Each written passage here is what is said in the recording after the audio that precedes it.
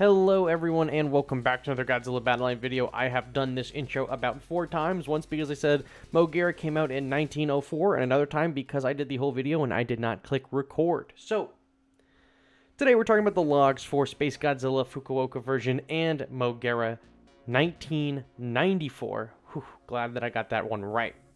For those of you who don't know, this is our log chart. We have been keeping a pretty robust chart of all of the logs in Godzilla Battleline since the first month the game is out. The link will be in the description of this video. It's also in the Discord. If you want to help participate in the logs, join the Discord. The link to that is also in the description down below. So what you might not know about the logs, I got to go over this again, you guys, because the veteran players, you guys already know. You've been playing for a month or two. You already know. New players, we always get new players here. They don't know. The logs are on your expedition section, so when you open up your expedition map, or your expedition menu, and you have a map running, there's a little text box under the globe. You can scroll through that, and the longer that your expedition is running, the more text will appear. Now you can read the text that appears, and it will show you at least one of the units that you are getting. It will always give you the most rare unit, starting from left to right. So that's like when the map opens, say there's 5 units in the map, and it's like 3 on the top row, 2 in the bottom row. If there's a legendary monster in there and he's the only legendary monster, he could be the last one on the list. That's going to be what this is, what the map is. If there's 2 legendary monsters in the map, then it's whichever one is like closest to the left, reading top to bottom, left to right, like you're reading a book. At least a book in English. So that's how you find the logs in the game. Now, when you read them, you can predict any characters, right? We're going to show you what you need to be looking out for, so you are in the know and you're aware what you're on the lookout for Spacegodzilla Fukuoka and Moguera. So we'll start with Spacegodzilla. So we start with this log. A dark figure blocked out the sun above us for a mere moment before flying off into the distance. We resolved to hurry after it. This is typically what is the block of text that will include like the flyers, and most of the aliens are in here. Some of the bugs are connected, but not all of them. It will then goes to, as we continued our pursuit, we heard a booming roar from the direction the figure had flown. Very standard stuff. We come down now to this. Progressing further, we came across some kind of crash site. It was clear something of astronomical proportions had fallen from a great height. That is usually the key indicator that you are getting an alien or a flyer. Most of the time, it's aliens.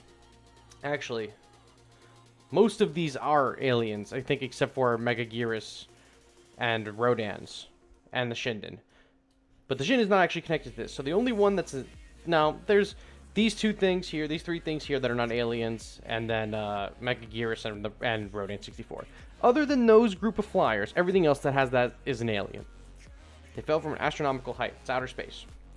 We come down, we follow this chain right here, we bump over, and then we come right down to here.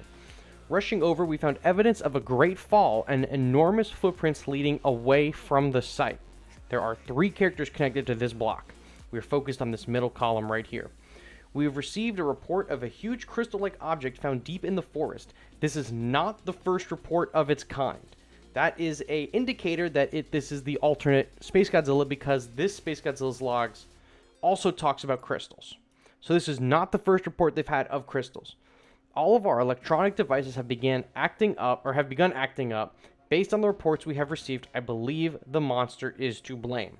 This would be the second time whoever's writing these logs witnesses a Spacegodzilla. This is the second time crystals are mentioned. This is the first time that these logs are introduced. It leads me to believe, if there's any lore from these logs to be parsed out, it seems like the alternate units are not just the same monster with new abilities. It seems like they're different monsters. At least that's how it reads to me, but I could be wrong. I did get a D in English class. It is my, my native language, but my reading comprehension skills might need some work. I am a Battleline player after all. So that is the Spacegodzilla logs. If you follow all of the ones that we just talked about, and the final 2 logs are we've received a report of a huge crystal-like object found deep in the forest, and then it ends with all of our electronic devices have been acting up. That is going to be Spacegodzilla Fukuoka version, okay? He has a little bit of confusing logs as he shares them with Gigan and the other Spacegodzilla, and he shares this log right here, this purple one, with all the other flyers. But if you follow the chart, you will be able to find your way to where you need to go. Next, we're going to talk about Moguera, who I thought would be around there somewhere, but he's not.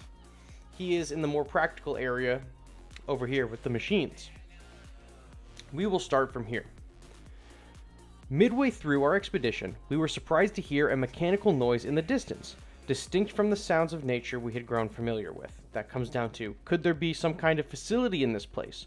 We moved swiftly towards the sound. We're going to go, just keep following this solid black line all the way down. Relying on our ears to guide us, we investigated our surroundings. Now, this is where things start breaking up and getting confusing, okay? We are going to follow this all the way to about here. Which one is it here? Yep. One of the soldiers discovered a gigantic hole. It appears to have been dug by some kind of machine. So that connects both the Mogueras, but we're focused on this left column. We have observed distinct markings on the ground. They do not resemble the footprints of any living creature, but they are also distinct from any conventional vehicle tracks. While I was distracted by the markings, one of the men on my team sighted a flying object in the distance. We are following it, guided by its roars. That is for Moguera 1994. He shares the only log that he shares with anybody else of these green ones, not the generic logs. These are all generics, like in this big column that we're following.